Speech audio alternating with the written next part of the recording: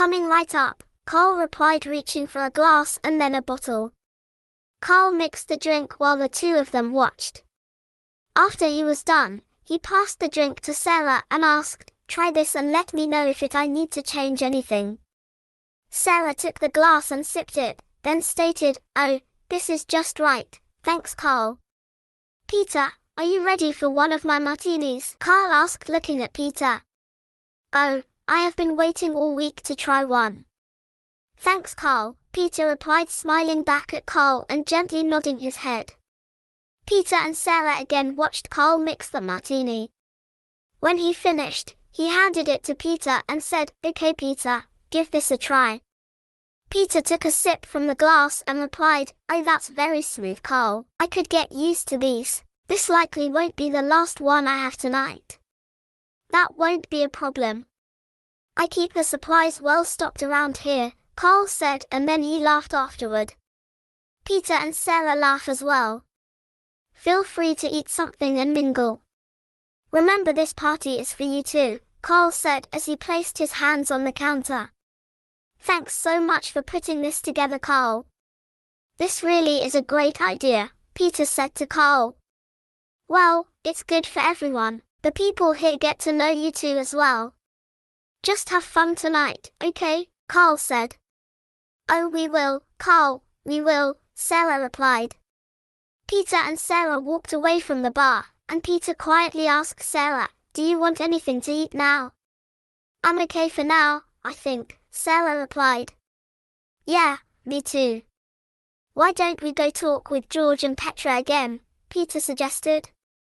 "That's fine with me," Sarah replied as they headed toward George and Petra.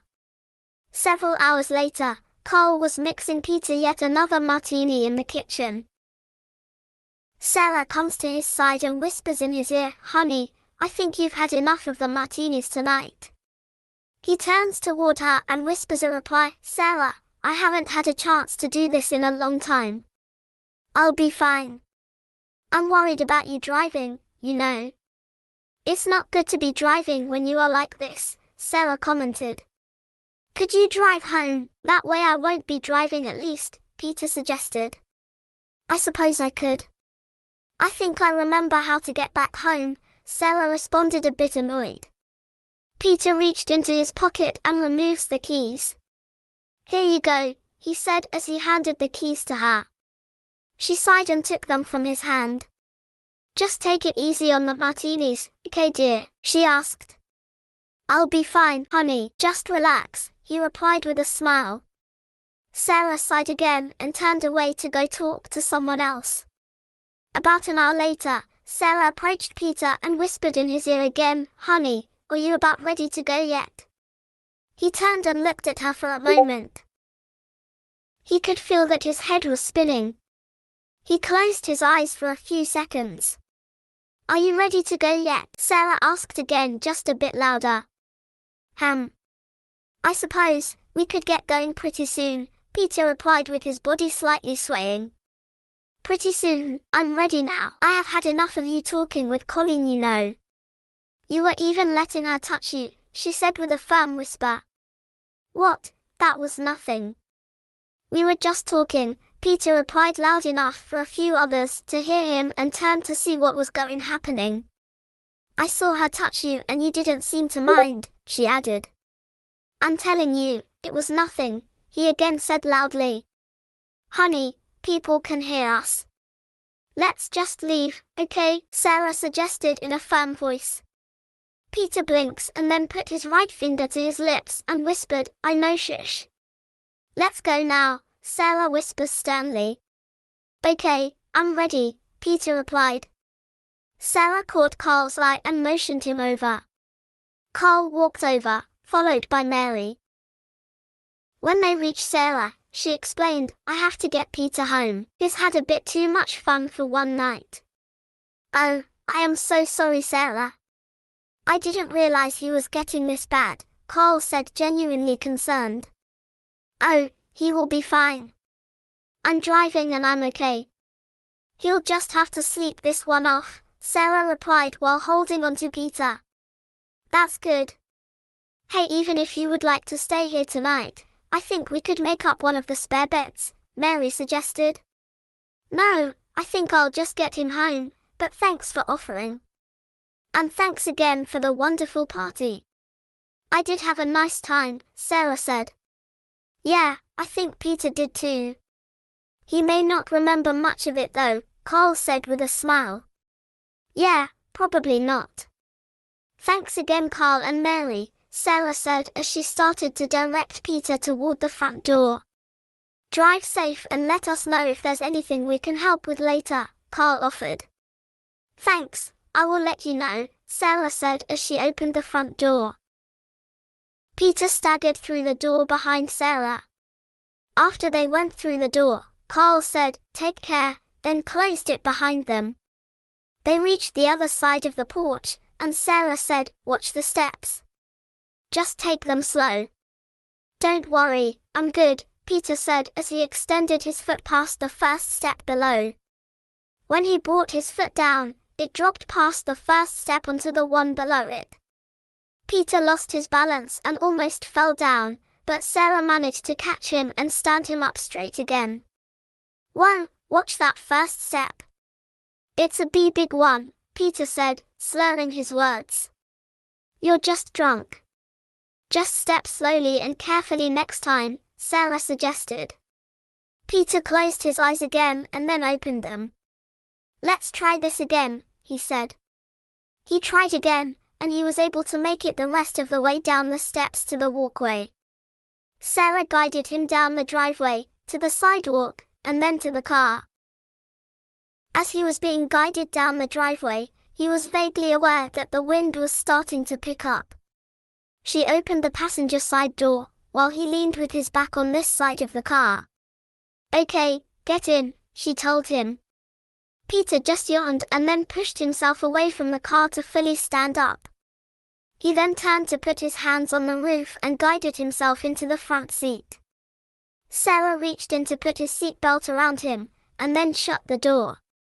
She walked around and got in the other side. After starting the car, she pulled away from the curb, and began to drive back home. Peter found himself dozing off several times in the car. She pulled into their driveway and stopped the car alongside the house. He could see the house, and managed to say, "I just need to get to bed." "I know, sweetie. I'll help you get out of the car," Sarah replied as she started getting out of the car. She walked around to his side and opened the door. He fumbled around with seatbelt a bit, but could not unlatch it. Sarah reached over him and pushed the button to undo it. She then offered a hand to help him out of the car, which he used as he slowly stood up from the car seat. After he was out of the car, she closed his door, and they walked around to the back door. Peter found himself closing his eyes and stumbling frequently as he walked in the dark to the back door with Sarah guiding him. "Okay, Peter, just take your time with the back steps here, okay?" she asked. "Got it, honey," he replied, straightening up and trying to decide which foot to use first on the steps. They reached the top of the steps, and Sarah opened the screen door, then unlocked the back door. After pushing it open, she reached inside to turn on a light. "Come on, Peter, let's get you inside and to bed now," Sarah said. "Thanks, Sarah," he replied as she began to lead him into the back hall, then into the kitchen. Peter's head was still spinning as he lay in bed. He found himself awakened with strange noises, and then quickly drifting back to sleep. He felt something moving within the covers and realized it was Sarah. Pushing the covers off, again he faded from consciousness. The bed moved as she got out of the bed. He managed to open his eyes to see Sarah heading toward the bathroom. He closed his eyes for just a moment. The bathroom light was turned on and he noticed Sarah walking in, then closing the door behind her. After closing his eyes, he could hear the sound of Sarah possibly being sick in the bathroom. The toilet flushed. After being quiet for a while, Peter drifted back to sleep. Something stirred him partially awake, but he did not bother opening his eyes, since he just wanted to stay asleep. There may have been some voices, possibly a woman or someone he did not recognize. He was too tired to do anything about it, and he could feel himself drifting back to sleep. As he slipped into sleep, he could partially make out some of the floorboards creaking outside of the bedroom. Later, something else awakened him. Was it a thump or something similar? He managed to open his eyes slightly, but the room was dark, even under the closed bathroom door. There was nothing for him to see. He fell back to sleep. Peter was stirred awake by rolling thunder and rain, which curiously was not muted. With his head still aching and his mouth begging for water, he felt a hard flat pressure on the side of his face. He squeezed his eyes to clear them before opening them. Slowly opening his eyes, he realized the pressure on his face was from the floor. He used his arms to push his aching body slowly upwards. Closing his eyes again to shake his head slightly, he rolled over and sat on the floor.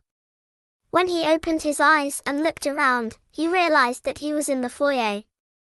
He could hear rain behind him. He began to turn his head around and followed with his body toward the sound of the rain. The front door was open. A steady and heavy rain with a dark grey overcast sky greeted Peter through the doorway. "Oh man, how did I get down here?" Peter slowly asked out loud as he rubbed the back of his neck, which was quite sore from sleeping on the floor, and possibly falling down. I'm not ready for this. I have to get back to bed," he continued, barely moving his mouth as he brought his foot around to begin to stand up. He slowly managed to stagger to his feet with the help of the stairway railing. "Oh yeah, the door," he said to himself. He slowly walked across the foyer to the open door. Grabbing hold of the edge, he swung it shut. He then walked up to the handle and twisted the lock. Slowly he turned back toward the stairway. Reaching the baluster, he gripped it with his right hand. Extending his other hand across the stairway, he grabbed onto the second railing along the wall. Using both railings, he slowly made his way up the steps. The creaking steps echoed in his aching head. He finally reached the landing at the top of the steps. After taking a moment to rest and closing his eyes again, he made his way around the hallway to the master bedroom. He noticed that the bedroom door was open. As he was able to see inside of the room, he quickly noticed that Sarah was not in the bed. Walking to the threshold, he stopped and said, "Sarah, are you in here?" There was no reply. He walked further in the room, but did not see her. Puzzled, he turned toward the bathroom.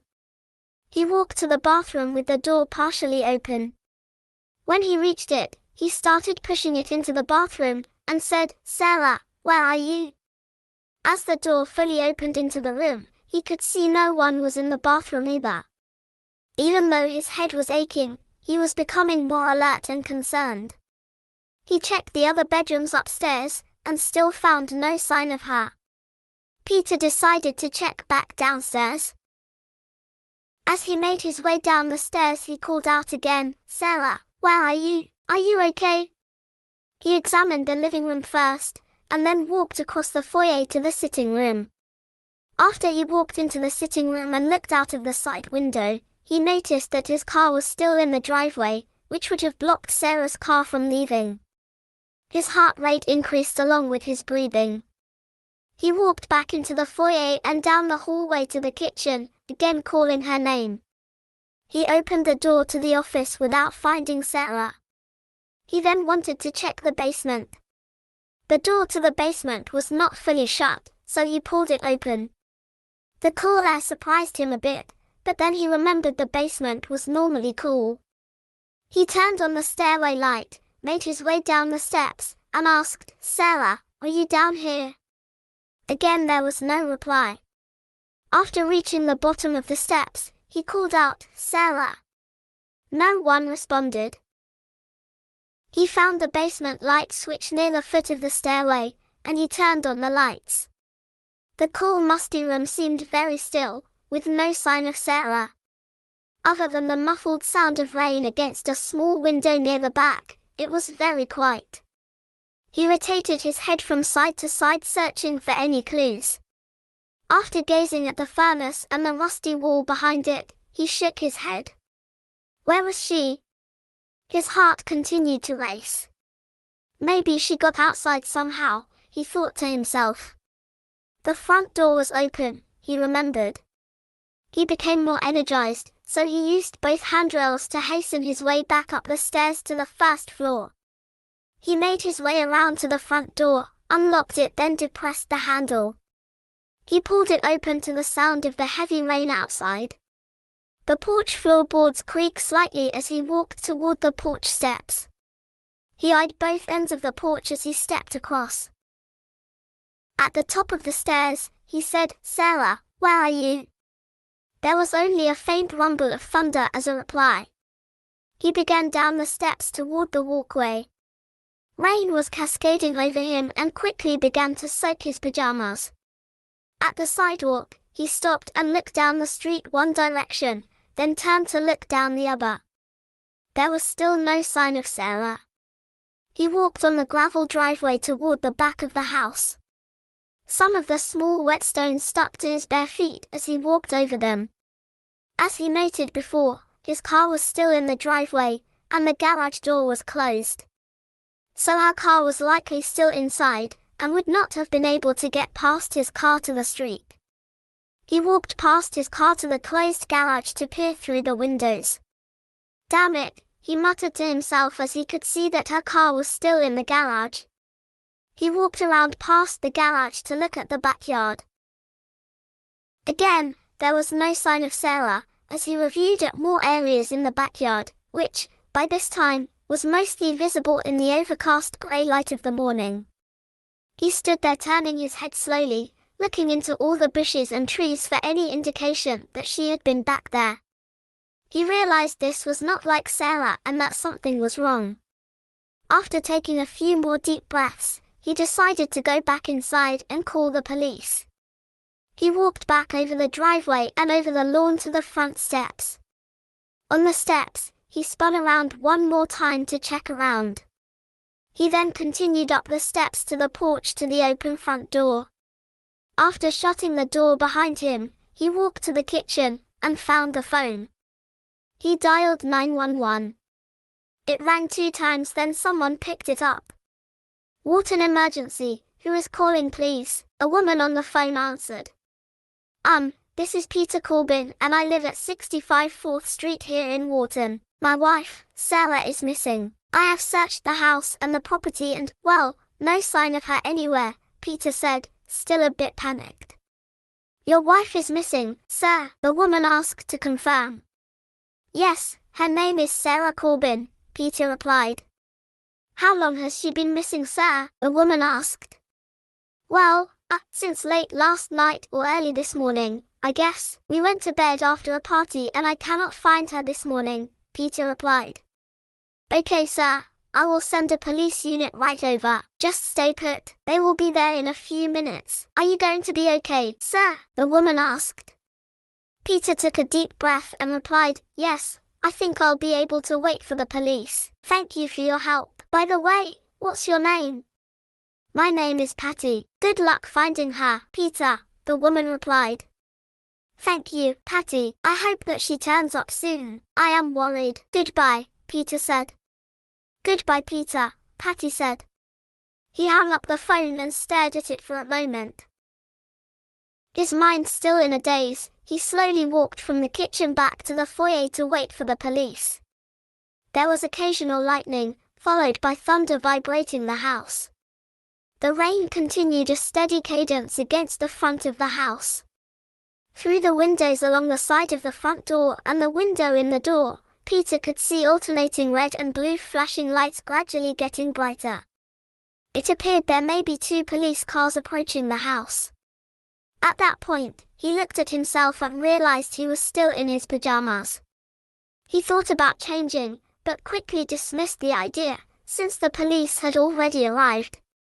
After a few seconds, he heard footsteps on the porch and noticed 2 shadows approaching the front door. There was a knock on the front door. Peter then stood up and walked to the door. He opened the door, and he could see 2 uniformed officers standing at the door. He pushed the screen door open, and one of the officers asked, "Sir, did you call 911 about a missing person?" "Yes, I can't find my wife, Sarah. I hope that it's something simple, but I can't find her anywhere around the house," Peter replied. The officer then told Peter, "Okay, so your wife is missing. Oh, by the way, I'm Officer Keith Dunn and this is my partner, Officer Scott Harrison. Thanks for coming, guys. Please come in. I know it may have been too soon to call you guys, but this just doesn't seem right and it's not like Sarah to do this," Peter said as he held the door open to let the officers enter. Afterwards, he kept his arms folded across his chest. "So your wife's name is Sarah?" Officer Dunn asked. Yes, her name is Sarah Corbin," Peter replied. "Can you give us a description of Sarah?" Officer Dunn asked. "Well, okay, she's white, about 5 feet 4 inches tall, shoulder-length light brown hair, and if I have to guess I would say around 140 pounds. I'm guessing at the weight though. That wasn't something I can discuss with her, you know," Peter replied with a slight smile. Officer Harrison busily took the notes on Sarah's description. "When did you last see Sarah?" Officer Dunn asked. Peter's heart was racing. He took a deep breath and replied, "Well, we were in bed last night. She got up from bed to go to the bathroom, and after that I don't remember seeing her again," Peter replied. "Do you think she could have been sick when she went to the bathroom?" Officer Harrison asked. Peter closed his eyes tight and tried to think about what happened. He then replied, "Actually, I think she may have been sick. I think I remember hearing her throwing up or something," Peter replied. "You think it was her throwing up? Why aren't you sure, sir?" Officer Dunn asked. Peter sighs, looks down, and then replied, "Well, we were at a party last night and I was drunk." "Too much to drink, sir?" "Did you drive home from the party?" Officer Dunn asked. "Oh no, sir, Sarah drove home from the party. I knew I was in no shape to drive. She was fine, she'd just get sick sometimes even after a few drinks," Peter replied. "Okay, sir, where have you looked so far?" Officer Harrison asked. Peter extended his arm to point upstairs. "Well, I looked upstairs first, then all the rooms on this floor, and the basement. Then I went out the front door and to the back of the house. I called her name several times, but I heard nothing.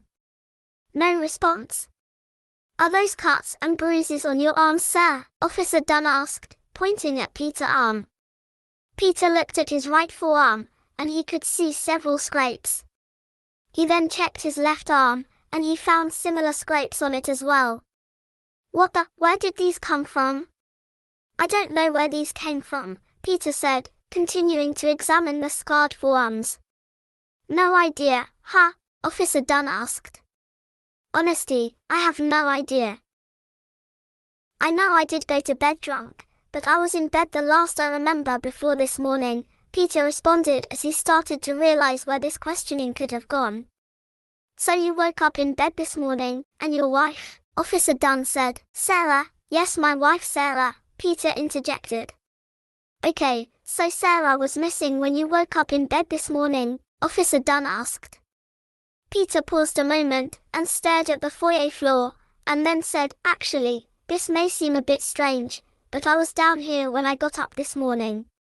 "Down here, sir?" Officer Harrison asked. "Yeah, I was laying on the floor right here in the foyer. I have no idea how I got there or anything, you know. I don't even remember getting up from the bed," Peter continues. "You were drunk though, so it's possible that you could have gotten up, come down here, and passed out on the floor," Officer Dunn asked. Peter shrugged his shoulders and replied, "I suppose I could have, but I don't know why I would have come down here in the middle of the night, though." Officer Dunn paused for a moment, and then asked, "Did you notice anything else strange around here recently?" Peter thought a moment, then looked up, and said, "Oh, when I got up on the floor down here, the front door was wide open. The rain and thunder woke me up." "Could you have been outside?" Officer Dunn asked. I don't think so, Peter answered, trying to think if it would have been possible. Were you wet when you awoke on the floor this morning? I see that you appear to be soaked now, Officer Harrison asked. I was dry when I got up. I just ran around outside in the rain looking for Sarah after I couldn't find her in the house, Peter replied. Okay, specifically where have you looked around here? Officer Harrison asked. Let's see, most of the rooms in the house. Outside, I checked the front and backyard. Oh, her car is still in the garage. She would not be able to get it out without moving my car from the driveway, Peter replied. Okay, sir, has anything else out of the ordinary occurred? Officer Dunn asked. Well, soon after we moved in, Sarah started hearing strange things at night, such as voices at night, Peter replied. After a brief pause, Officer Harrison asked, Did you hear any of the noises yourself? Oh, I just heard something that sounded like a sigh or something once, and a few nights ago a desk drawer slammed shut in the office, Peter replied. You saw the desk slam shut? Officer Dunn asked. No, but I heard it. Sarah was in the office and it slammed shut right in front of her. It shook her up quite a bit, you know, Peter replied. Just a moment, sir, Officer Dunn said, stepping back and motioning to Officer Harrison to come closer to talk privately. The two officers whispered to each other for around 30 seconds. Afterward, Officer Dunn walked over to Peter and said, Peter, I'm going to ask you to go with Officer Harrison to the police station. We just have some more questions. What about Sarah? Aren't you going to look for Sarah? I want to look for her too, Peter asked in a panic. I know you would like to help, sir, but Scott will call in some help from the sheriff's office to look around the house and the neighborhood. We just would like to get a statement from you at the station to help determine what has happened to Sarah, Officer Dunn replied, trying to calm Peter down. Officer Harrison stepped back out onto the porch and talked into the radio handset attached to his shoulder strap. Peter paused a moment to sort things out in his mind. He closed his eyes and took a deep breath. After opening his eyes, he said, Sure, Officer Dunn, I'll go to the station. Whatever it takes to help out here. Keith, you can call me Keith. Peter, why don't you change, and then you and Scott can go to the police station, Keith offers. Thanks, I'll go change upstairs, Peter replied as he starts to turn to head up the steps. Oh, bring your pajamas back to me after you have changed. We'll need them for evidence, Keith informed Peter. For evidence, am I a suspect? Peter asked, turning back around with a puzzled look. Not yet, but this is quite strange so far, so I want to make sure we keep track of anything that may hold a clue, Keith replied. Peter sighed and shook his head, somewhat in disbelief. He then replied, Okay, I'll go change. I won't be too long and that's all I will do upstairs, so you don't think hiding anything. Keith nods and said, Okay, Peter, I think you've got the idea. Oh, another thing that will help is if you can find a recent photo of Sarah that we can use. Sure, I think there are some photos upstairs, I'll bring one down for you guys, Peter replied as he continued toward the steps and continued up them. The creaking punctuated each step. About halfway up he stopped for a moment and thought of Sarah. Keith asked, Are you okay, Peter? Peter sighed and answered, Yes, just thinking of Sarah again. Sorry, I'll keep going. That's okay, Peter. I know this is tough for you. We are here to help, Keith replied. Peter nodded and continued the rest of the way up the steps. After about 10 minutes, Peter came back down the steps. Scott was still waiting in the foyer. Peter reached the bottom of the steps fully dressed, carrying his pajamas in his left hand with a photo of Sarah on top that he had removed from a frame upstairs. As he extended the folded pajamas toward Scott, he said, Okay, here you go. Thanks, Peter, Scott said as he held a large manila envelope open to collect the pajamas, and he took the photo of Sarah off the top first. After Peter placed the pajamas into the folder, He said, I'm ready now.